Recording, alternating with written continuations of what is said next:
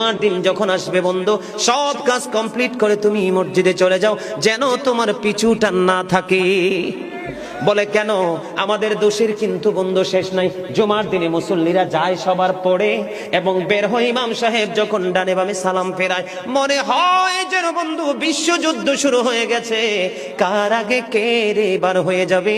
অথচ আমার নবীর আদর্শ নিয়ে আমি আজকে ওয়াজ করছি বন্ধু। মুসল্লিরা যায় রে সবার পড়ে, বের হয়ে আসে সবার আগে।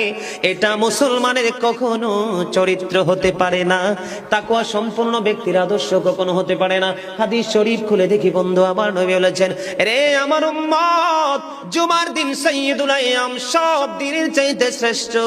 ঈদুল ফিতর, ঈদুল আজহার দিনের চাইতেও দামি।